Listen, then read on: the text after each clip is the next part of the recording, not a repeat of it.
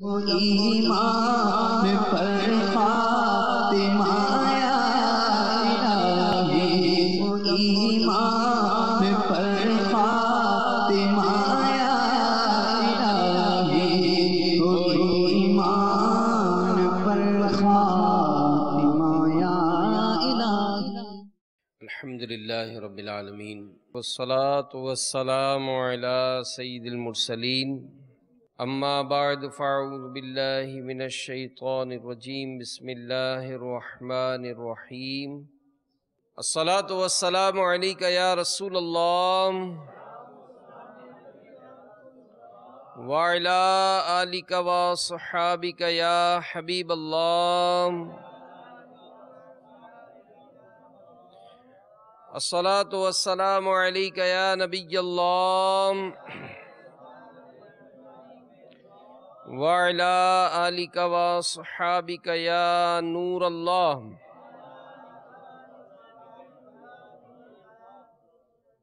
نویت سنت الاعتکاف۔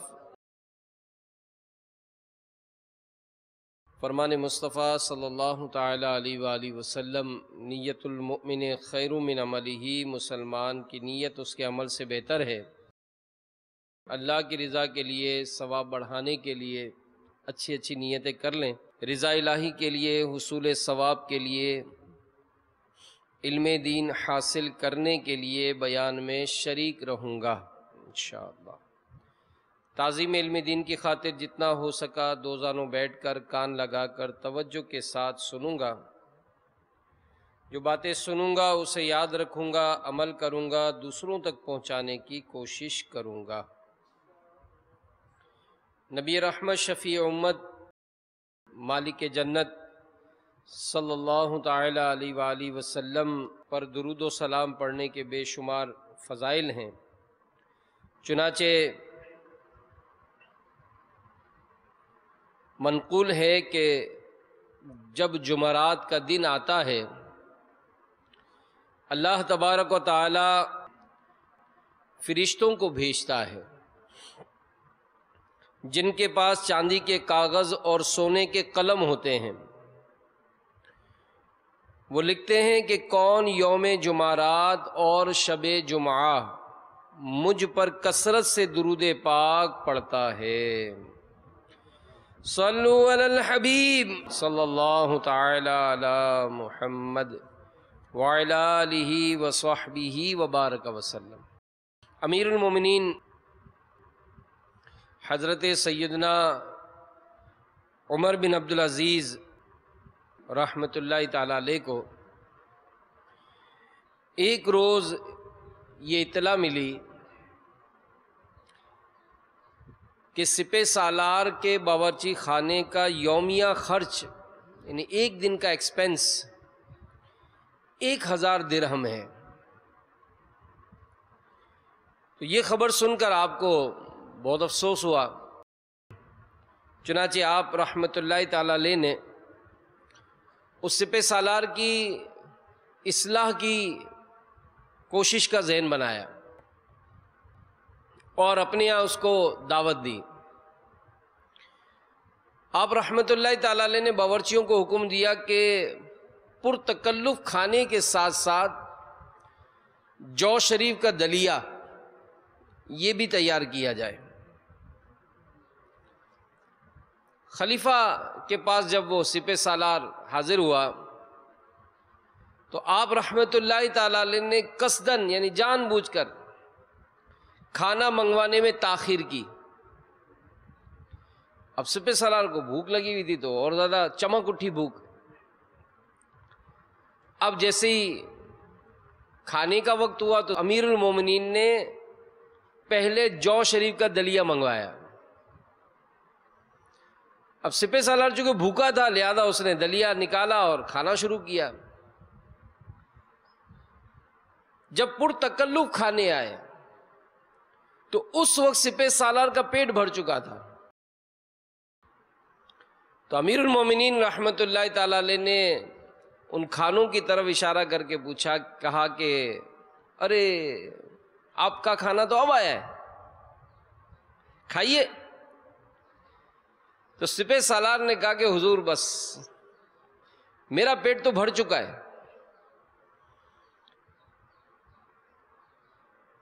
دلیے نے ہی میرا پیٹ بھر دیا ہے۔ امیر المومنین رحمت اللہ تعالی علیہ نے فرمایا کہ سبحان اللہ، دلیا بھی کتنا عمدہ کھانا ہے کہ پیٹ بھی بھر دیتا ہے اور ہے بھی اتنا سستا کہ 1 درہم میں 10 آدمی پیٹ بھر کر کھانا کھا لیں۔ یہ کہہ کر نصیحت کے مدنی پھول لٹاتے ہوئے ارشاد فرمایا کہ جب آپ دلیے سے بھی گزارا کر سکتے ہیں، یعنی 1 درہم میں 10 آدمی کھانا کھا سکتے ہیں، تو روزانہ 1000 درہم اپنے کھانے پر کیوں خرچ کرتے ہیں؟ سپہ سالار صاحب، خدا سے ڈریے اور اپنے آپ کو زیادہ خرچ کرنے والوں میں داخل نہ کیجیے۔ اپنے باورچی خانے میں جو رقم بے تحاشا صرف کرتے ہیں وہ رضا الہی عز و جل کے لیے بھوکوں، حاجت مندوں، غریبوں کو دے دیجیے۔ تو جب متقی خلیفہ کی یہ باتیں اس سپہ سالار نے سنی تو اس کے دل پر گہرا اثر ہوا اور اس نے عہد کر لیا کہ آئندہ کھانے میں سادگی اپناؤں گا اور کم خرچ سے کام چلاؤں گا۔ تو میرے میٹھے میٹھے پیارے پیارے اسلامی بھائیوں، مدنی چینل کے ناظرین، کامل مومن کے جو اوصاف قرآن پاک میں بیان ہوئے، اس میں ایک یہ کہ اعتدال سے خرچ کرتے ہیں، اعتدال سے خرچ کرتے ہیں، اس میں نہ حد سے بڑھتے ہیں اور نہ تنگی کرتے ہیں۔ تو یہ جو ہمارا نفس ہے نا، اس کو ہم جس قدر لذیذ غذائیں کھلائیں گے اسی قدر وہ بہتر سے بہتر طلب کرتا رہے گا۔ اور آج ہماری اکثریت یہ بے برکتی کی شاکی ہے، یعنی یوں لگتا ہے کہ جیسے کوئی بھی ایسا نہیں ہو جو یہ کہے کہ مجھے پورا ہو جاتا ہے، مجھے پورا ہو جاتا ہے۔ ایک بزرگ رحمت اللہ تعالی علیہ کی خدمت میں ایک شخص حاضر ہوا، کہا حضور دعا کیجئے، میرے گھر میں 4 کھانے والے ہیں، میری آمدنی صرف 5000 روپے، آپ دعا کیجئے کہ اللہ میری آمدنی میں برکت عطا فرمائے۔ آپ نے دعا فرما دی۔ تھوڑی دیر بعد ایک اور شخص آیا، کہا حضور میرے گھر میں ہوں، میری بیوی ہے، 2 بچے ہیں اور میری آمدنی صرف 10,000 روپے ہے، پورا نہیں ہوتا ہے، آپ برکت کی دعا کیجئے۔ آپ نے دعا فرما دی۔ تیسرا آیا، اس نے کہا حضور میں تاجر ہوں، میری آمدنی 50,000 روپے مہینہ ہے اور گھر میں اور میرے 2 بچے، میری بیوی، 4 آدمی کھانے والے، پورا نہیں ہوتا ہے، آپ میرے لیے دعا کریں کہ اللہ میری روزی میں برکت دے۔ تو بزرگ نے فرمایا کہ ان کو دیکھو، افراد 4 ہیں کھانے والے، 5,000 والا بھی پورا نہیں ہو رہا ہے، 10,000 میں بھی پورا نہیں ہو رہا ہے، 50,000 میں بھی پورا نہیں ہو رہا ہے، تو پتہ چلتا ہے کہ پورا نہیں ہوتا، یہ ہر ایک کا نعرہ ہے۔ تو یقیناً مہنگائی، بے برکتی اور تنگ دستی، اس کا ایک بہت بڑا ذریعہ یہ ہمارے غیر ضروری اخراجات ہیں۔ یہ ظاہر ہے جب فضول خرچیوں کا سلسلہ جاری رکھیں گے، اعلیٰ کھانوں، عمدہ مکانوں، پھر ان کے اندر سجاوٹوں کے بیش قیمت سامانوں، مہنگے مہنگے فینسی لباسوں سے دل لگا کر رکھیں گے، تو ان کاموں کے لیے خطیر رقموں کی ضرورت پڑے گی، اور پھر بے برکتی اور پورا نہیں ہوتا، یہ اس کے قصے جو ہے وہ جاری رہیں گے۔ حضرت سیدنا امام جعفر صادق رضی اللہ تعالی عنہ کا فرمان ہدایت نشان ہے کہ جس نے اپنا مال فضول خرچیوں میں کھو دیا، جس نے اپنا مال فضول خرچیوں میں کھو دیا، اب کہتا ہے کہ اے رب مجھے اور دے۔ اللہ عز و جل ایسے شخص سے فرماتا ہے کیا میں نے تجھے میانہ روی کا حکم نہ دیا تھا؟ کیا تو نے میرا یہ ارشاد نہ سنا تھا؟ چنانچہ قرآن پاک میں اللہ تبارک و تعالی ارشاد فرماتا ہے والذین اذا انفقوا لم یسرفوا ولم یقتروا وکان بین ذلک قواما، اور وہ کہ جب خرچ کرتے ہیں نہ حد سے بڑھیں نہ تنگی کریں، ان دونوں کے بیچ یعنی اعتدال پر رہیں۔ تو بہرحال اگر قناعت ہوگی، ہر حال میں اللہ کا شکر گزاری ہوگی، سادگی کے ساتھ سستے کھانوں، سادہ لباسوں کو اپنا لیا جائے، فقط حسب ضرورت مکانات رکھے جائیں، بے جا سجاوٹوں، نمائشی دعوتوں کے معاملے میں خود پر پابندی لگائی جائے، تو خود بخود مہنگائی کا خاتمہ بھی ہوگا اور غربت رخصت ہو جائے گی۔ مگر یہ نفس کا کیا کرے کہ اس نفس اماری کی غلامی کا کیا علاج ہے؟ تو یہ جو اعتدال سنا نا ہم نے، اعتدال میانہ روی، اعتدال دراصل نام ہے توازن کا، میانہ روی کا۔ ہم روز کھانا کھاتے، اگر کھانے میں، اس کو بڑی پیاری مثال دے کر سمجھایا گیا، ہم روز کھانا کھاتے ہیں، کئی ایسے جو کھانا کھا کے آئیں گے، کئی ایسے جو کھانا کھائیں گے جا کر، کئی ایسے عاشقان عطار ہوں گے، مرشد کے ایسے غلام بھی ہیں ماشاءاللہ جو پورا سال روزے رکھتے ہیں، جہاں بداوت اسلام میں ایسے ہیں 5 دن جو روزے جس میں نہیں رکھے جاتے، اس کے علاوہ اکثر روزے سے ہوتے ہیں الحمدللہ۔ تو اب اس کو بڑی پیاری مثال دے کر سمجھایا گیا کہ اگر کھانے میں نمک کی مقدار زیادہ ہو تو کیسا ہی پسندیدہ کھانا ہو، کیا ہمیں اچھا لگے گا؟ گلے سے نہیں اترے گا۔ اور کیسا ہی پسند کا کھانا بنا مگر نمک کم ہے تو کیا خیال ہے؟ پسند آئے گا؟ پھر بھی پسند نہیں آئے گا۔ تو یہ توازن اور اعتدال کی بہترین مثال ہے، یہ بہترین مثال ہے کہ نمک زیادہ ہوتا ہے تو بھی پسند نہیں آتا، نمک کم ہوتا ہے تو بھی پسند نہیں آتا۔ تو اسی طرح آپ دیکھیں کسی کو اگر آپ نے دیکھا ہو رسی پر چلتے ہوئے، ایک شخص بڑی سی گھاٹی ہوتی ہے، رسی باندھی ہو چل رہا ہے اس میں، اب وہ ایک پیاری مثال ہے کہ اس کو بیلنس جو چلتا ہے نا، اگر ذرا سا بھی ادھر ادھر اس نے وزن آگے پیچھے کیا تو اس نے جانا ہے نیچے، لیکن دیکھتے ہیں کہ بڑا پرفیکٹ انداز سے وہ چلتا ہے۔ تو یہی اعتدال ہے، یعنی یہ جو چلنا ہے نا یہ اعتدال ہے، توازن ہے، میانہ روی ہے۔ تو یہ اعتدال ہمیں خدا کی ہر تخلیق میں نظر آتا ہے، ہمیں بار بار اللہ تبارک و تعالیٰ کی تخلیق اور اس کی قدرت میں غور و فکر کی دعوت دی جاتی ہے۔ اس کی ایک وجہ یہ کہ ہم اس وسیع و عریض کائنات میں موجود نظام اعتدال کا مشاہدہ کریں، دیکھیں ہم، اور اس کو سمجھیں کہ اللہ تبارک و تعالیٰ کے واحد و احد ہونے کے ساتھ اس کی عظمت و کبریائی کی گواہی دیں گے۔ تو ہمارے معاشرے میں خرچ کرنے، کھانے پینے کے بارے میں بہترین اصول و قوانین یہ عطا کیے گئے ہیں۔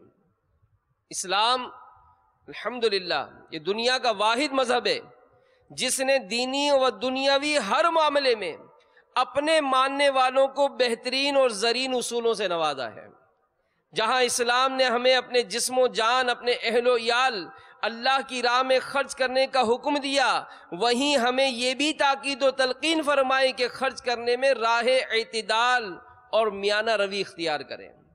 اللہ تبارک و تعالی قرآن پاک میں ارشاد فرماتا ہے، یا بنی آدم خذوا زینتکم عند کل مسجد وکلوا واشربوا ولا تسرفوا انہ لا يحب المسرفین، کہ اے آدم کی اولاد اپنی زینت لو جب مسجد میں جاؤ، اور کھاؤ اور پیو اور حد سے نہ بڑھو، بے شک حد سے بڑھنے والے اسے پسند نہیں۔ تو میرے میٹھے میٹھے پیارے پیارے اسلامی بھائیوں، مدنی چینل کے ناظرین، قرآن پاک کی جو ہم نے ابھی آیت سنی، والذین اذا انفقوا لم یسرفوا ولم یقتروا وکان بین ذلک قواما، اس کی تفسیر میں علماء فرماتے ہیں کہ اسراف جو ہے، فضول خرچی، یہ معصیت میں خرچ کرنے کو کہتے ہیں۔ ایک بزرگ رحمت اللہ تعالیٰ علیہ نے کہا کہ اسراف میں کوئی بھلائی نہیں، اسراف میں کوئی بھلائی نہیں۔ تو دوسرے بزرگ رحمت اللہ تعالیٰ علیہ نے کہا کہ بھلائی کے کام میں اسراف ہوتا ہی نہیں ہے۔ امام حسن رضی اللہ تعالیٰ عنہ یہ لوگوں کی کثرت سے دعوت کرتے تھے، تو کسی نے کہا یا شیخ لا خیر فی الاسراف، کہ فضول خرچی جو ہے، جو آپ لوگوں کو دعوتیں دے رہے ہیں، تو اس کام میں کوئی اس میں اسراف جو ہے اس میں کوئی خیر نہیں ہے۔ تو آپ نے جواباً ارشاد فرمایا لا اسراف فی الخیر، کہ نیکی اور بھلائی کے کاموں میں اسراف نہیں ہوتا ہے۔ تو بہرحال میرے میٹھے میٹھے پیارے پیارے اسلامی بھائیوں، یہ تنگی کے بارے میں حضرت عبداللہ بن عباس رضی اللہ تعالی عنہما فرماتے ہیں کہ اس سے مراد یہ ہے کہ بندہ اللہ تعالیٰ کے مقرر کیے ہوئے حقوق ادا کرنے میں کمی کرے۔ مروی ہے کہ جس نے کسی حق کو منع کیا اس نے اختطار یعنی تنگی کی، اور جس نے نا حق میں خرچ کیا اس نے اسراف کیا۔ تو بعض مفسرین کا قول ہے کہ اس آیت میں جن حضرات کا ذکر ہے وہ سید المرسلین صلی اللہ تعالی علیہ وآلہ وسلم کے بڑے بڑے صحابہ کرام علیہم رضوان ہیں، جو لذت اور ناز و نعمت میں زندگی بسر کرنے کے لیے کھاتے، نہ خوبصورتی اور زینت کے لیے پہنتے، بھوک روکنا، ستر چھپانا، سردی گرمی کی تکلیف سے بچنا، بس یہی ان کا مقصد تھا۔ تو بہرحال میرے میٹھے میٹھے پیارے پیارے اسلامی بھائیوں، مدنی چینل کے ناظرین، ہمیں اللہ کا پسندیدہ بندہ بننا ہے، ہمیں کامل مومن بننا ہے، تو اپنے اندر یہ اوصاف پیدا کریں کہ فضول خرچی سے اپنے آپ کو بچائیں۔ اسراف اور فضول خرچی کا مفہوم یہ ہے کہ خرچ کرنے میں حد شرعی سے تجاوز کیا جائے، جبکہ میانہ روی کا مطلب یہ ہے کہ ہر چیز میں درمیانی راستہ اختیار کرنا ہے۔ تو اسلام ہمیں ہر چیز میں اسراف و فضول خرچی سے رکنے اور اعتدال و میانہ روی اختیار کرنے کا حکم اور تعلیم دیتا ہے۔ خصوصاً خرچ کرنے میں احتیاط سے خرچ کرنے کی بہت تلقین ہے کہ اپنی ضروریات پوری کرتے وقت حد سے زیادہ بڑھ جانا یہ اسراف و فضول خرچی کہلاتا ہے، اور یہ معاشرے میں اس کی بہت ساری مثالیں ہیں۔ بھائی بال کٹوانے ہیں آپ کو، میں تو حیران ہو گیا ہوں، اب تو پتہ نہیں بہت سالوں پہلے کی بات ہے، کسی سے پوچھا تھا تو اس نے بتایا تھا کہ 3500 روپے دیے تھے اس نے بال کٹوانے کے۔ میں نے کہا پتہ نہیں کون سی کینچیوں سے کاٹا ہوگا بھائی، کون سے اس نے سیٹوں پہ بٹھا کر کیا ہوگا۔ ہوتا ہے، مستی ہوتی ہے کہ بھئی اس جگہ سے نہیں لیں گے، اس جگہ سے لیں گے، یہاں سے نہیں کھائیں گے، یہاں سے کھائیں گے، یہ نہیں رکھیں گے، یہ رکھیں گے، فلاں اسٹور پہ جائیں گے، فلاں پتہ ہے کہ مطلب اس طرح سے مہنگائی مطلب وہ بڑھتی ہے، معاملہ ہوتا ہے، لیکن بس ایک ہے شوق۔ تو بہرحال میرے میٹھے میٹھے پیارے پیارے اسلامی بھائیوں، اسی طرح انسان نمود و نمائش یا اظہار غرور و تکبر یا دوسروں سے آگے نکل جانے کی دوڑ میں اپنی ناجائز ضروریات میں ضرورت سے زیادہ خرچ کرے، یہ سراسر ناپسندیدہ ہے، کیونکہ اسلام ایک مذہب اعتدال ہے۔ اس لیے اسلام میں اسراف اور فضول خرچی یہ منع ہے۔ دین اسلام کے احکامات کا یہ حسن ہے کہ اس میں ایک طرف بخل اور کنجوسی کو ممنوع قرار دیا گیا تو دوسری طرف اسراف اور فضول خرچی سے بھی روکا گیا۔ مسلمانوں کو اعتدال اور میانہ روی اپنانے کی تاکید کی گئی۔ قرآن پاک میں اسراف و تبذیر، فضول خرچی کو شیطانی عمل اور فضول خرچی کرنے والے کو شیطان کا بھائی قرار دیا گیا۔ چنانچہ سورہ بنی اسرائیل پارہ 15 آیت نمبر 27 میں رب تعالی ارشاد فرماتا ہے، ان المبذرین کانوا اخوان الشیاطین وکان الشیطان لربہ کفورا۔ بے شک اڑانے والے شیطانوں کے بھائی ہیں اور شیطان اپنے رب کا بڑا ناشکرا ہے۔ تو غور کیجئے کہ ایک طرف وہ لوگ ہیں جو اسراف کرتے ہیں، انہیں شیطان کا بھائی قرار دیا گیا، جبکہ دوسری طرف وہ لوگ ہیں جو خرچ کرنے میں اعتدال سے کام لیتے، میانہ روی کا دامن نہیں چھوڑتے، ایسوں کو خود اللہ تبارک و تعالیٰ کے بندے قرار دیا گیا۔ چنانچہ سورہ فرقان آیت نمبر 67 میں اللہ تبارک و تعالیٰ کے بندوں کی صفات بیان کرتے ہوئے رب تعالیٰ کا ارشاد ہے، یہی جو آیت میں نے پڑھی کہ والذین اذا انفقوا لم یسرفوا ولم یقتروا وکان بین ذلک قواما، اور وہ کہ جب خرچ کرتے ہیں نہ حد سے بڑھے نہ تنگی کریں، ان دونوں کے بیچ پر اعتدال پہ رہ کر۔ تو بہرحال میرے میٹھے میٹھے و پیارے پیارے اسلامی بھائیوں، ہمارے اسلاف و بزرگوں نے اس کی بڑی پیاری پیاری مثالیں دی ہیں۔ نگران شورا کا ایک بیان ہوا تھا، ایک بڑی دلچسپ حکایت آپ نے بیان کی تھی کہ ایک بوڑھا شخص یہ کسی حکیم کے پاس آیا اور آ کر اس سے کہنے لگا کہ حکیم صاحب نظر کم آتا ہے، نظر کم آ رہا ہے. تو حکیم صاحب نے کہا کہ بڑے میاں آپ بوڑھے ہو گئے ہو نا, یہ اس لیے ہو رہا ہے. اچھا. حکیم صاحب کمر میں بھی بڑا درد رہتا ہے. تو کہہ رہے ہیں بڑے میاں آپ بوڑھے ہو گئے ہو نا, یہ بڑھاپے کی وجہ سے ایسا ہے. اچھا اچھا. سننے میں بھی بڑی مسائل ہو رہے ہیں, کم سنائی دیا جا رہا ہے. حکیم صاحب کہنے بڑے میاں بڑھاپا ہو گیا نا, یہ اس وجہ سے ہوا ہے. وہ حکیم صاحب گھٹنوں میں بھی بڑا درد رہتا ہے, اٹھا نہیں جاتا ہے. وہ بڑے میاں آپ بوڑھے ہو گئے نا, یہ اس لیے. اب وہ بڑے میاں کا تو پارا چڑھ گیا بھائی. تو یہ کیسا حکیم ہے؟ آنکھ میں نظر نہیں آ رہا کرے بڑھاپے کی وجہ سے, کان میں سنائی نہیں دے رہا تو کرے بڑھاپے کی وجہ سے, ہضم نہیں ہو رہا ہے کرے بڑھاپے کی وجہ سے, کمر میں تکلیف ہے بڑھاپے کی وجہ سے. کیسا حکیم ہے؟ ہر بات میں بڑھاپا, ہر بات میں بڑھاپا. غصہ ہو کے شور مچانا شروع کیا. تو کہا بڑے میاں یہ جو آپ کو غصہ آ رہا ہے نا, یہ بھی بڑھاپے کی وجہ سے. تو ہم اگر اپنا حساب کتاب معاملہ کریں نا, تو ہمارے بہت سارے ٹینشن ہیں, بہت سارے ٹینشن ہیں کہ یار میرا یہ بھی نہیں ہو رہا, میرا وہ بھی نہیں ہو رہا.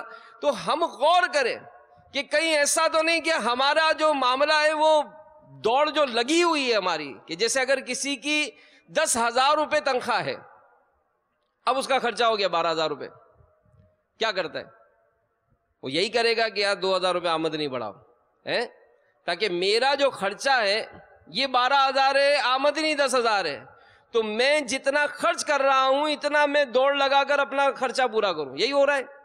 اب جناب ہم 12,000 پہ پہنچے, جب 12,000 روپے آمدنی ہوئی, خرچہ پہنچ گیا 15,000 روپے.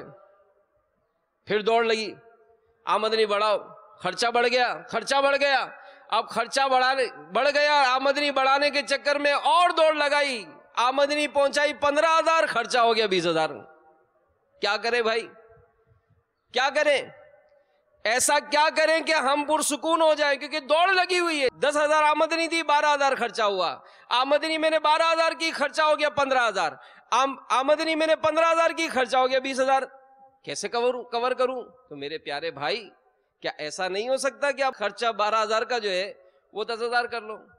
بھائی 10,000 آمدنی ہے, خرچہ 12,000 ہے, تو بجائے اس کے کہ اس بات کا ٹینشن لوں کہ یار یہ 10,000 کی جو آمدنی ہے 12,000 کیسے ہو جائے, ذرا ٹھنڈے دل سے خود کو, بچوں کو, گھر والوں کو بٹھا کر سوچا جائے کہ یہ 12,000 کا جو خرچہ ہے یہ 10,000 کیسے ہو سکتا ہے. تو ہم خرچہ کر کہاں رہے, اس کے بارے میں بھی تو کبھی غور کریں کہ ہمارے یہاں فضول خرچی. بھائی بل بہت آ رہا ہے یار, مہنگائی بہت ہو گئی ہے بھائی, یہ بجلی والے بہت زیادتی کر رہے ہیں, بل بڑھا دیا ہے. میرے حضرت دیکھو تو صحیح, آپ نے گھر میں کون کون سی بجلی بڑھائی تھی, کون کون سا پنکھا چلایا تھا, آپ نے اے سی لگوا دیا, آپ کے گھر میں رہنے والے 2 بلب جل رہے 12. بھائی کس کو, کوئی بلیاں چوہے, ان کو اندھیرے میں سب کام ہو جاتے ہیں ان کے, آپ کو ضرورت نہیں ہے ان کے لیے روشنی کرنے کی, مچھر بھی آپ کو ڈھونڈ لے گا. کوئی آپ کو یہ گھر کے جو معاملات ہوتے ہیں کہ خواہ بجلی اتنی جلائی ہوئی ہے, سیڑھیاں دیکھو تو وہ ساری کی ساری روشن, چھت پہ سال میں بھی کوئی نہیں جاتا ہے لیکن چھت کی لائٹ بھی یہ سب جل رہی ہے. تو آپ دیکھیں تو صحیح کہ آپ کا وہ کون سا ایسا خرچہ ہے جو غیر ضروری ہے. آپ کے گھر میں کھانے والے 4 ہیں, پکتا کتنا ہے ذرا غور تو کریں. پھر یہ جاتا کہاں ہے؟ ڈسٹ بین کے اندر. ایسے میں کہاں آپ کو برکت ملے گی؟ یعنی عام طور پر کبھی آپ اپنے بچے کو صرف یہ دیکھیں کہ یہ چھوٹے سے جاؤ بیٹا ہاتھ دھو کر آؤ, اب دور سے خالی آپ اس چھوٹے سے اپنے منع کو دیکھیں کہ وہ ہاتھ کیسے دھو رہا ہے بیسن پر, آپ شاید حیران ہو جائیں گے کہ یار ایک بالٹی جتنا تو اس نے پانی خرچ کیا ہاتھ دھونے پہ. کیا آپ نے کبھی اس کو سکھایا کہ بیٹا ہاتھ اس طرح دھوئے جاتے ہیں؟ صابن بھی ہمارے یہاں صابن بھی بیسن پر ہی رکھا جاتا ہے. کبھی دیکھا ہے آپ نے کہ وہ صابن کے اندر پانی میں صابن تیر رہا ہے؟ یہ اتنی جلدی آج کل بڑی ملاوٹ ہو گئی ہے, آج کل بڑا نقلی مال آ رہا ہے. پہلے صابن 15 دن چلتا تھا, اب 1 ہفتے میں ختم ہو جاتا ہے. میرے بھائی پانی میں ڈوبا کر رکھو گے صابن کو تو کتنے دن چلے گا یہ؟ تو دیکھیں تو صحیح وہ کون سے ایسے عوامل ہیں کہ جس نے آپ کا بے توجہی کے سبب جو ہے وہ خرچہ بڑھا دیا ہے.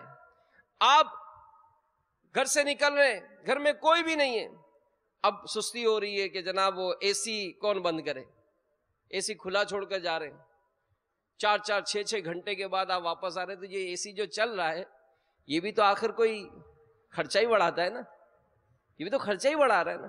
پھر نت نئے جو ہمارے انداز ہیں رہن سہن کے، جو ہماری ڈیکوریشن کے معاملات ہیں، جو ہمارا جو چیز ہم نے بازار میں دیکھی، بس ہم کو اس میں گھر کی خواتین کو بھی سوچنا چاہیے کہ یہ بیجا جو ڈیمانڈز ہوتی ہیں نا، کسی کے گھر پر گئے، اب وہ اس کا گھر میں کوئی صوفہ سیٹ نکلا ہے تو فوراً اس کے اوپر بیٹھ کے، یار یہ زیادہ نرم ہے، اپنا جو ہے نا صوفہ یہ اتنا نرم نہیں ہے، اب گھر آ کر نہیں ہم کو تو وہی صوفے چاہیے۔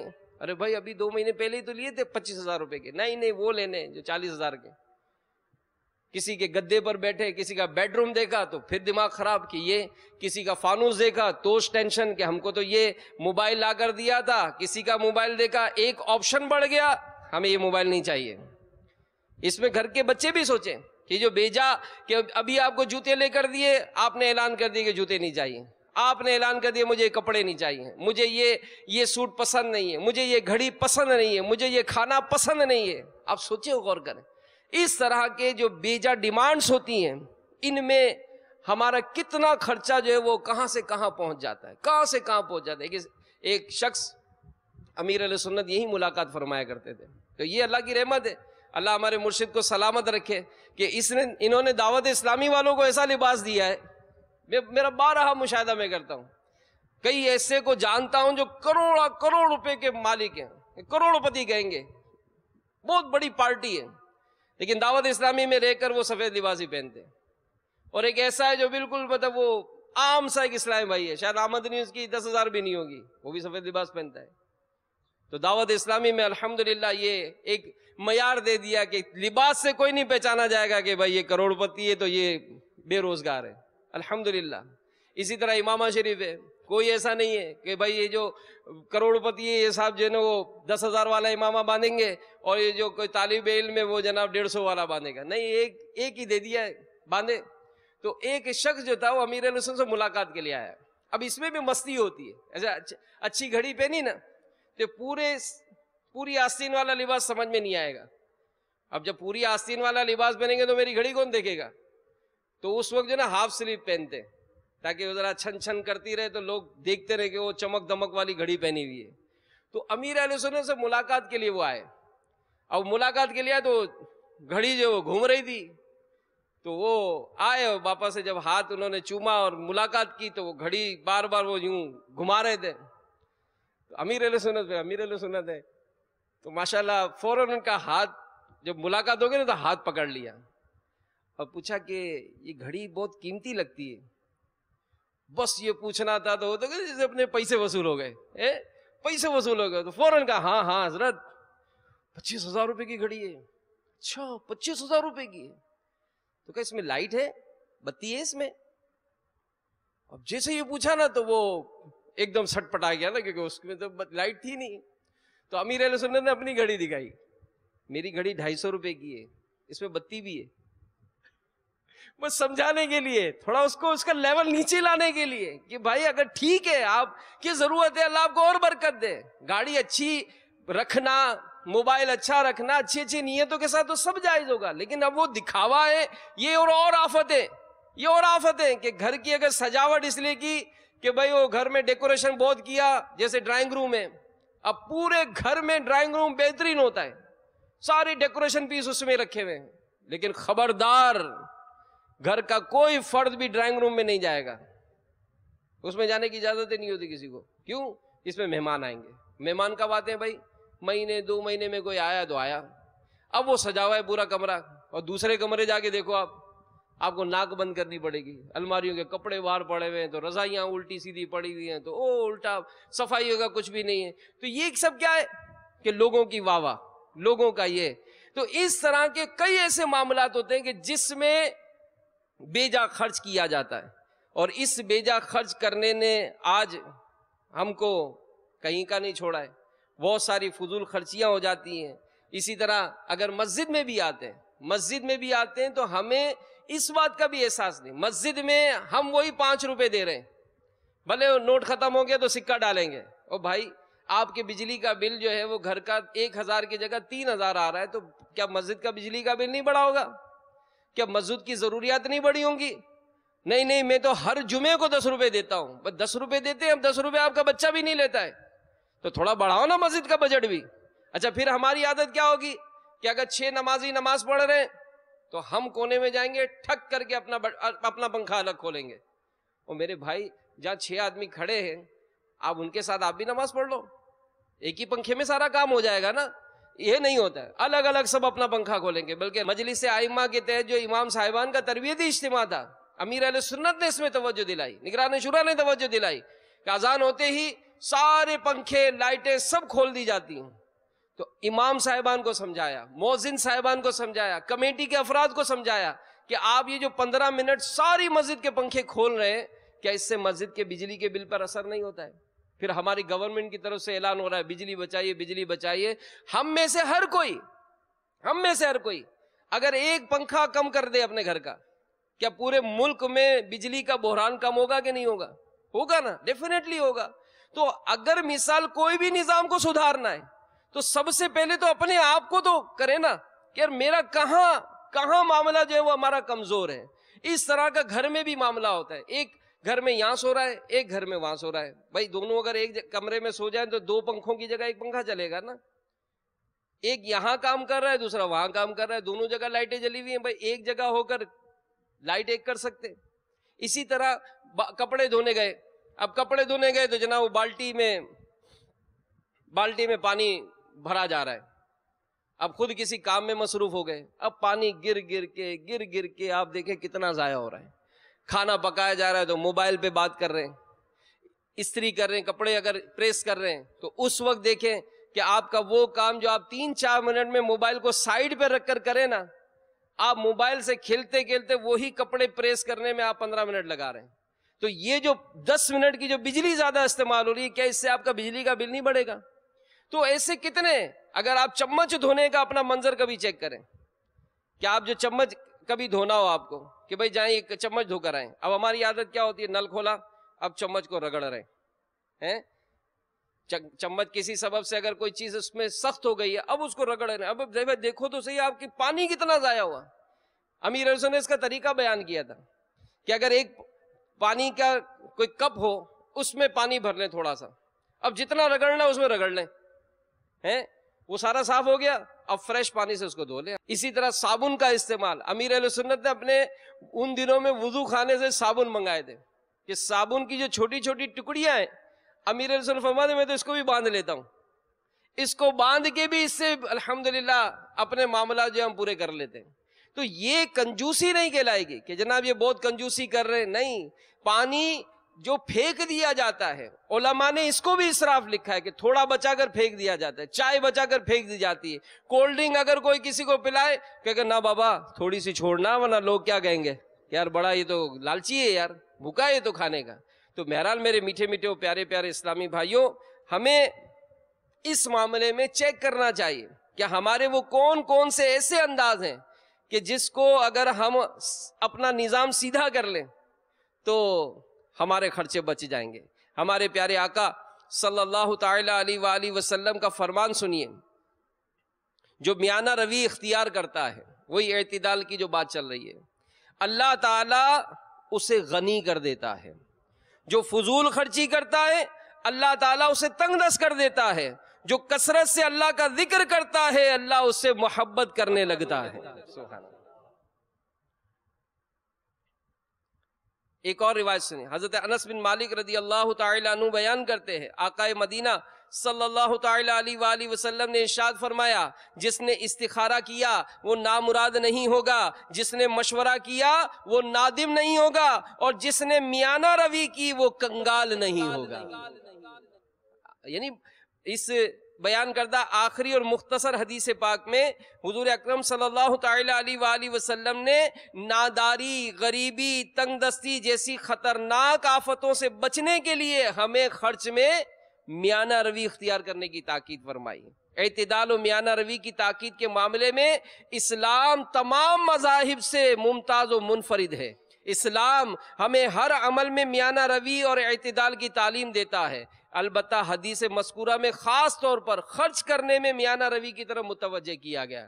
وہ لوگ بھی درس حاصل کریں, اپنے گھر والوں کو, بچوں کو ہوٹلنگ کراتے ہیں, اب ہوٹلنگ کرانے میں آپ کبھی غور کریں کہ آپ کا بل کتنا پیمنٹ ہوتا ہے، کتنا پیمنٹ ہوتا ہے، کہ بعض کا شاید میں کہوں کہ پورا مہینہ کا خرچہ ایک طرف اور ان صاحب کا اپنے بیوی بچوں کے ساتھ ہوٹلنگ کرنا ایک طرف. یعنی غور کریں کہ بعض اوقات اس طرح کے معاملات کیے جاتے ہیں. تو ہمیں اتنا ہی خرچ کرنا چاہیے جس قدر ضرورت ہو، اور ضرورت خود بخود پیدا ہو، نہ کہ پیدا کی جائے. اور ضرورت پورا کرنے کے لیے اعتدال کا اسلوب اختیار کیا جائے، یعنی اپنی چادر دیکھ کر پاؤں پھیلائے جائیں. یہ طریقہ خرچ کے حوالے سے معتدل ہے. تو ہمارے معاشرے میں امارت اور غربت کے درمیان فاصلہ یہ بتدریج بڑھتا جا رہا ہے. امیر امیر ہوتا جا رہا ہے، غریب غریب ہوتا جا رہا ہے، اور غریب ضروریات زندگی کے پیچھے بھاگ بھاگ کر ادموا ہوتا جا رہا ہے، جبکہ عمراء آسائشوں اور عیاشیوں پر بے دریغ پیسہ خرچ کر رہے ہیں. تو اسراف و فضول خرچی سے پرہیز کرنے والا یہ کبھی تنگ دستی اور فقر و فاقے میں مبتلا نہیں ہوگا. یعنی بعض اوقات ٹھیک ہے اللہ تعالیٰ نے آپ کو مال عطا کیا ہے، آپ اپنے بچوں کو ایئر کنڈیشن میں سلا رہے ہیں، لیکن کبھی ان کو بغیر اے سی کے بھی سلائیں، تاکہ وہ کہتے ہیں نا غریب ہونے میں دیر نہیں لگتی ہے. تو کبھی ایسا کوئی معاملہ ہو ہر وقت مرغن غذائیں کھائے جا رہے ہیں، تو جب کبھی ایسی آزمائش ہوگی تو کیا کھائیں گے؟ آزمائش ہوگی تو کیا کھائیں گے؟ ہمیشہ لگژری گاڑیوں میں سفر ہو رہا ہے، کبھی لوکل میں بھی سفر کریں تاکہ تھوڑا سا اپنے آپ کو اس معاملے میں کنٹرول ہو جائے. ورنہ بعض اوقات ایسی کبھی آزمائش ہوتی ہے، اللہ آزمائش سے محفوظ فرمائے، مگر کبھی ایسی آزمائش ہوتی ہے تو وہ برداشت نہیں ہوتا ہے. تو میانہ روی کیسے اختیار کی جائے، اس کا طریقہ سن لیجئے کہ میانہ روی کا ایک طریقہ یہ بھی ہے کہ مال و دولت جمع کرنے سے گریز کیا جائے. ظاہر ہے جب مال و دولت کی کثرت نہیں ہوگی تو انسان خرچ کرنے کے معاملے میں ہر قدم پھونک پھونک کر اٹھائے گا. اور ہمارے بزرگان دین اپنی مدنی سوچ کی وجہ سے ضرورت سے بھی کم خرچ کرتے تھے. منقول ہے کہ حضرت سیدنا عمر بن عبدالعزیز رحمۃ اللہ تعالیٰ علیہ کے صاحبزادے حضرت عبدالعزیز رحمۃ اللہ تعالیٰ علیہ سے پوچھا گیا کہ آپ کے والد صاحب کی آمدنی کتنی تھی؟ تو انہوں نے جواب دیا کہ خلافت سے قبل، یعنی جب خلیفہ بنے تھے اس سے پہلے 40,000 دینار تھی، 40,000 دینار، اور انتقال کے وقت 400 دینار رہ گئی تھی، اور اگر کچھ دن مزید زندہ رہتے تو شاید اس سے بھی کم ہو جاتی. تو دیکھا آپ نے کہ سیدنا عمر بن عبدالعزیز رضی اللہ تعالی عنہ خلافت کے اعلیٰ ترین منصب پر پہنچے تو ان کی آمدنی پہلے سے کم ہو گئی. آج اگر ہمارا کوئی اسٹیٹس بلند ہو جائے، کوئی ایک آدھ گریڈ بڑھ جائے، تو ہم اپنی آمدنی کا فوراً بجٹ بڑھاتے ہیں کہ نہیں یار اب لوگ کیا کہیں گے، یار اتنا بڑا آدمی، اس کا گھر تو دیکھو کتنا سادہ ہے یار، ایسے سادے سے صوفے رکھے، ارے یار کیا یار کھانا دیا، ایسے سادے سے برتن تھے یار، یہ کیا یار آپ کو رنگ نہیں کرایا. اور یہ ایسے 1.5 ہوشیار بھی ہوتے ہیں جو ہمارے گھر میں آئیں گے نا تو خواہ خواہ مطلب وہ پنچات کریں گے، یار رنگ بہت پرانا نہیں ہو گیا، وہ تم کو کیا پنچات کی ضرورت ہے، تم کو کیا ضرورت ہے کہ اس طرح کے نقائص نکال کر میزبان کے دل میں آپ مطلب وہ رنجشیں پیدا کریں، ان کو تکلیف دیں. یار صوفے بہت پرانے نہیں ہو گئے، آپ کو کوئی پرابلم، آپ تھوڑی دیر کے لیے بیٹھ باٹ کے جاؤ بھائی. آپ برتن یار پچھلے سال آیا تھا جب بھی اسی برتن میں کھلایا تھا آپ کو، تو یہ کیا کون ہوتے؟ یہ تکلیف دینے والے ہوتے ہیں. تو ہمیں ان کاموں کو بھی انداز سے بچنا چاہیے. پیارے آقا صلی اللہ تعالی علیہ وآلہ وسلم نے اس ضمن میں جو ہمیں ارشادات عطا فرمائے، سنیے.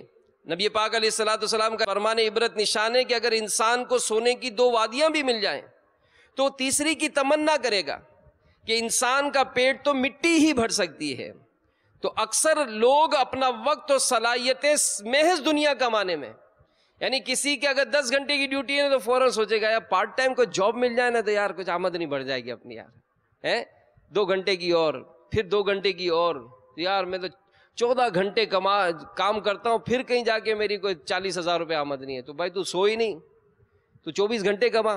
تو سکون تلاش کرے کہ عبادت کا کون سا وقت ہے، میں نے عبادت کا کون سا وقت نکالا ہے. قرآن حافظ قرآن ہے، یار قرآن پڑھنے کا ٹائم نہیں مل رہا یار، ایسے الفاظ سنیں، یار عبادت کا ٹائم نہیں مل رہا ہے. ارے اللہ تعالیٰ نے آپ کو مجھے عبادت کے لیے پیدا فرمایا ہے، یہ کیا ہے؟ اور پھر کہا کہ اکثر لوگ اپنا وقت و صلاحیتیں محض دنیا کمانے میں صرف کرتے ہیں، حالانکہ دنیا کی حقیقت کیا ہے؟ محنت سے جوڑنا، کیا ہے دنیا کی حقیقت؟ محنت سے جوڑنا، مشقت سے سنبھالنا اور حسرت سے چھوڑنا ہے۔ آپ نے بنگلہ بنایا، کہاں ہے آپ کی؟ کس کی قبر میں بنگلہ آیا بنائے؟ کس کی قبر میں کوئی بستر بچھائے گئے؟ کس کو کوئی ایسے ڈیکوریشن پیس رکھے گئے؟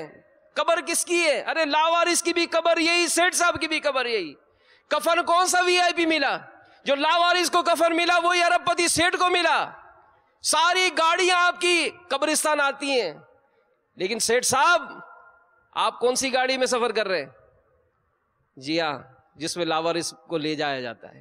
آپ کو بھی میت بس میں ہی سفر کرنا پڑے گا، اگرچہ آپ کی ساری لگژری گاڑیاں قبرستان آتی ہیں، لیکن معذرت کے ساتھ جس دن قبرستان لے جایا جائے گا آپ اپنی گاڑی میں نہیں ہوں گے، آپ کا لباس آپ کے جسم پر نہیں ہوگا، آپ کی قیمتی گھڑیاں، آپ کی ساری بریسلیٹ، کوئی کچھ نہیں ہوگا ہاتھ میں، کوئی کچھ قبر میں نہیں رکھا جائے گا۔ تو کیا محنت سے جوڑنا، محنت سے حاصل کیا تھا نا، مشقت سے سنبھالنا کہ میرا مال کہیں ضائع نہ ہو جائے، اور حسرت سے چھوڑنا، یہ دنیا کی حقیقت ہے۔ تو کیوں لگائیں دل اس دنیا میں؟ اچھی نہیں، خراب ہے دنیا، جگہ جی لگانے کی دنیا نہیں ہے، یہ عبرت کی جا ہے، تماشا نہیں ہے۔ زندگی نام رکھ لیا کس نے، موت کا انتظار ہے۔ اللہ تعالی ہمیں اپنے پسندیدہ بندوں میں شامل فرمائے اور ہمیں میانہ روی اختیار کرنے کی توفیق عطا فرمائے، فضول خرچی سے بچائے، اللہ عمل کی توفیق عطا فرمائے۔ آمین بجاہ النبی الامین صلی اللہ تعالی علیہ وآلہ وسلم۔ وہ ایمان پر خاتمہ یا الہی، وہ ایمان پر خاتمہ یا الہی، وہ ایمان پر خاتمہ